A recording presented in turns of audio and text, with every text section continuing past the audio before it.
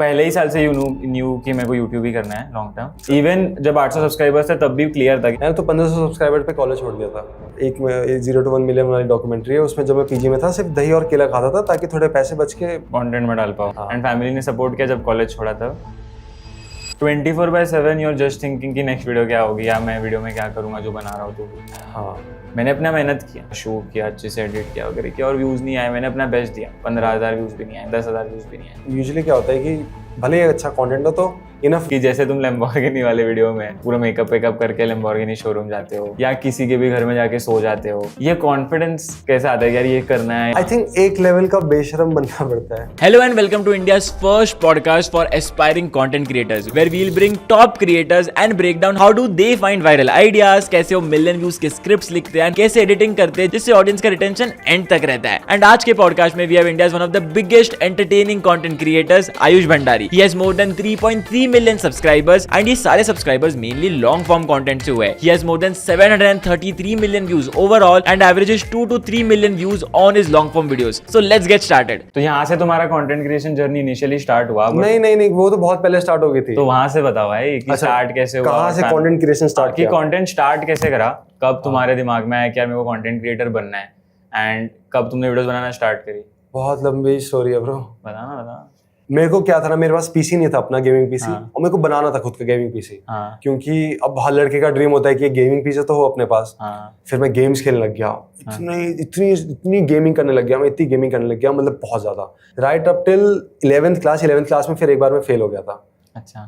12th class में पता नहीं मेरे को कहीं से मन किया कि मेरे को अब 12th के बाद तो कॉलेज होता है। तो मेरे को कॉलेज जाना है। अब कॉलेज में भी मैंने सर्च किया कि what is the number 1 college of India. तो SRCC आया, Shri Ram college of commerce.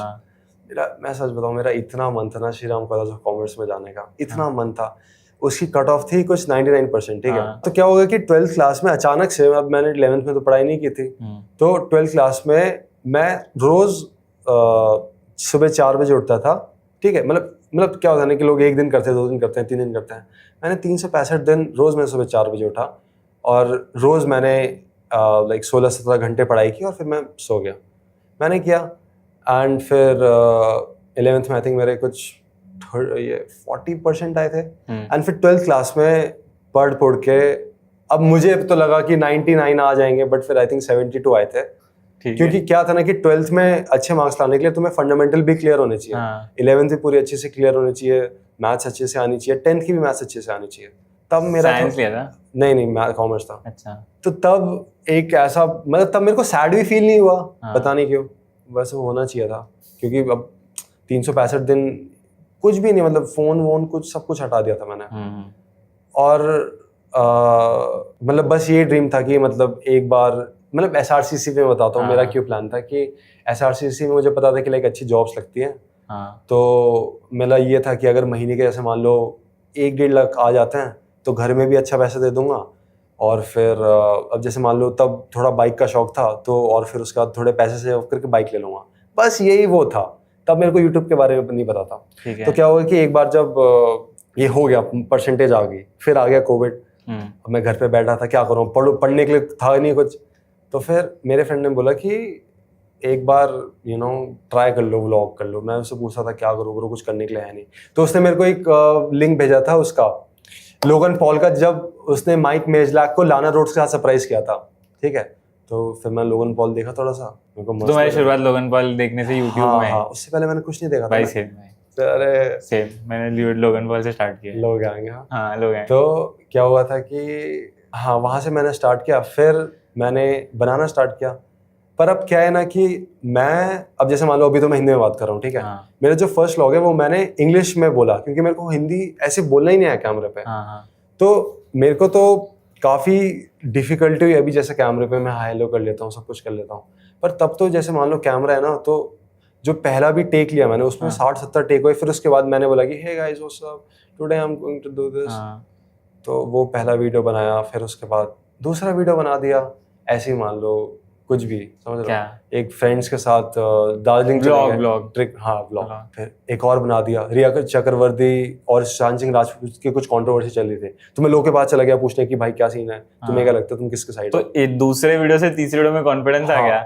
नहीं आया तो नहीं, मतलब मजा आने लग गया ना। हाँ तो फिर उसके बाद क्या हुआ कि फिर 4th वीडियो में पबजी बैन हो गया। हाँ। तो मैं लोगों से पूछा कि पबजी, तो फिर लोगों ने पबजी तो पबजी है। हाँ फिर क्या हो गया कि पहले साल मैंने यूट्यूब किया, हाँ। दूसरे साल यूट्यूब दिस किया। Is while you were in college ना? नहीं, दिस इज थोड़ा पहले, कॉलेज के भी पहले, 12th के बाद। हाँ। ठीक है। तो मैं बताता हूँ कि मैंने पहले साल यूट्यूब किया, पहले साल पूरे साल यूट्यूब करने के बाद मेरे 400 सब्सक्राइबर्स हुए। दूसरे साल कुछ 800 हुए थे, 3 साल करने के बाद कुछ 1500 सब्सक्राइबर्स हुए थे। क्रेजी भाई। तो कभी भी मेरे को मतलब ऐसा नहीं लगा कि यार सब्सक्राइबर्स क्यों नहीं बढ़ रहे, क्योंकि मुझे पता था कि वीडियोस बेकार है। मतलब वीडियोस में अब जैसे मुझे तो पर्सनली बहुत टाइम लगा कैमरे के साथ कंफर्टेबल होने में। 3 साल तक तुम्हें लगता है तुम कंफर्टेबल हो गए? नहीं, कंफर्टेबल तो हो गया था, पर एक अच्छी वीडियो बनाना, हाँ अच्छे प्रोडक्शन के साथ अच्छे जोक्स करने, ये सारी चीजें, उसमें थोड़ा सा टाइम लगा। हाँ। और फिर उसके बाद हाँ 3 साल तक आई थिंक मेरे 1500 सब्सक्राइबर्स थे।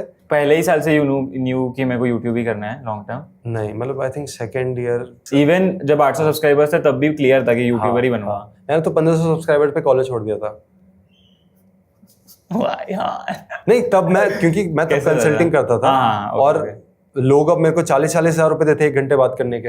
अच्छा। तो तब मुझे ऐसा था कि थोड़ा सा कॉन्फिडेंस आ गया था कि चलो अब मैं थोड़ा सिस्टम समझता हूँ। और तब भी मुझे पता था कि अच्छी वीडियो नहीं बना रहा हूँ मैं, मतलब कैमरा एंगल्स अच्छे हो सकते हैं। एक अच्छी वीडियो बनाने के पीछे, अब जैसे मान लो एक अच्छी मूवी के लिए बहुत सारी चीज़ें चाहिए होती है। अच्छी मूवी के लिए अच्छी स्क्रिप्ट चाहिए होती है, अच्छी स्टोरी चाहिए होती है, अच्छे कैरेक्टर्स चाहिए, अच्छे एक्टर्स चाहिए। फिर उसके बाद अच्छे से तुम्हें उसका प्रोडक्शन चाहिए, गुड बजट चाहिए, सही टाइम पे रिलीज होनी काफ़ी ज़्यादा इंपॉर्टेंट है। ज़्यादा रिलीजियस ना हो या फिर ये सारी चीज़ें ना हो, उसमें कंट्रोवर्सी भी ना पड़ जाए। बहुत सारी चीज़ें होती है ना। और अब YouTube के साथ क्या होता है कि to make a good video you have to, सबसे पहले अच्छी एडिटिंग होनी चाहिए। वो एडिटिंग शुरू के 3-4 साल मैंने ही करी, सब कुछ सीख के, सब कुछ फिगर आउट करके। ठीक है। तो सब कुछ खुद ही किया, थंबनेल भी खुद ही बनानी सीखी। अभी भी, आज भी तुम जितनी भी थंबनेल्स देखोगे सब मैं ही बनाता हूँ। ठीक है। क्योंकि मेरे से अच्छा कोई थंबनेल डिजाइनर मिल ही नहीं रहा है। मैं बहुत कोशिश किया ढूंढने का, पर मिल नहीं रहा है। अब हाँ, मतलब 3 साल इसलिए लगे, 3-4 साल मैं तो बोलूंगा 4 साल इसलिए लगे, क्योंकि to get good at editing, to get good at thumbnail वाली चीज, to get good on camera, और फिर थोड़ी स्टोरी टेलिंग और ये सारी चीजें सीखने समझने में। बट जब मैं थोड़ा 1500 वाले पे थोड़ा देर बात करना चाहूंगा, जैसे कि जब तुमने कॉलेज छोड़ दिया और तुम कंसल्टेंसी से कर रहे थे, but back of the mind था कि तुम्हें यूट्यूब भी करना है। कंसल्टिंग भी छोड़ दी मैंने फिर 1500 सब्सक्राइबर्स पे। फिर मैंने एक बार कॉलेज छोड़ा, फिर मालूम कि सब कुछ ही छोड़ के फुल टाइम यूट्यूब करते हैं। हाँ। तो यू आर, मतलब if looking back, did you know कि मैं फिगर आउट कर लूंगा? और वाज इट कि नहीं भाई मैं मतलब थोड़ा डिल्यूजनल भी था क्या, कैसा था उस वक्त? नहीं, देखो मैं बताता हूँ, मैं तो ये था कि अब क्या है ना कि जैसे मान लो तुम इतने टाइम से यूट्यूब कर रहे हो, सब्सक्राइबर्स नहीं बढ़ रहे हैं, व्यूज नहीं बढ़ रहे हैं, तो कभी कभी थोड़ा सा सैड होता था। वो डिमोटिवेटेड नहीं होता था कभी भी, तो कभी कभी सैड होता था। तो एक बार क्या हुआ कि मैंने अपने घर वालों को वीडियो कॉल कर दिया, क्योंकि मैं बैंगलोर में था। तो मैंने ऐसे घर वालों को बोला कि गाइस देखो, ये अच्छी काफ़ी, मतलब मैं तो ऑन कोड बताना चाहता हूँ। मैंने उन्हें ये बोला था कि देयर एक पॉसिबिलिटी हो सकती है कि मैं 30-40 साल का हो जाऊँ और आई एम होमलेस। हो सकता है, मतलब this is a real possibility, क्योंकि I am still making YouTube videos. क्योंकि 3-4 साल, और मैं एक चीज़ बताऊँ, वो जो 3-4 साल में यूट्यूब कर रहा था, वो ऐसे, मतलब दिस इज मी 12 घंटे, उसके अलावा कुछ नहीं कर रहा था मैं। ना ही मैं किसी लड़की से बात कर रहा हूँ, ना वो कुछ कर रहा हूँ, कुछ भी नहीं कर रहा हूँ। नो फ्रेंड्स मेरे को, तो मैं बताऊँ, और मैं तो पैसे बचाने के लिए दही वो खाता, दही और केला।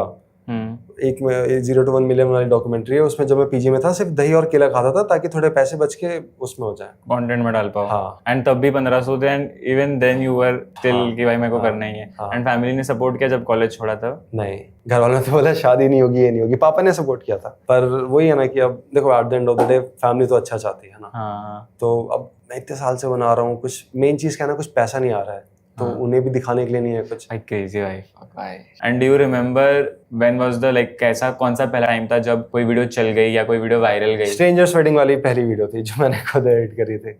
तो मैं मुंबई जाता था, बस में जाता था, सुबह शाम को आ जाता था, क्योंकि होटल लेने के पैसे नहीं देता। तो बस में जाता था, आता था, एक शूट वूट करके। मुंबई में? हाँ, मुंबई में। मुंबई कहाँ पहुंच गया अभी अचानक? नहीं, वो स्ट्रेंजर्स वेडिंग वाली। अच्छा, हाँ। तो मुंबई वीडियो के लिए मुंबई गए? हाँ। ठीक। तो रात को जाता था, फिर शूट करके आ जाता था। तो फिर वो वीडियो डाली, फिर वो वीडियो भी डाली मैंने, और 1 साल के बाद वो पिकअप हुई। अगर तुम उस वीडियो का ग्राफ देखोगे तो तुम्हें दिखेगा कि 1 साल तक वो ऐसी थी। फिर क्या किया? कुछ नहीं किया, ऑटोमेटिकली पिकअप हुई, बोलता रहा हूँ मैं। तो हाँ, कसम से तुम देखोगे।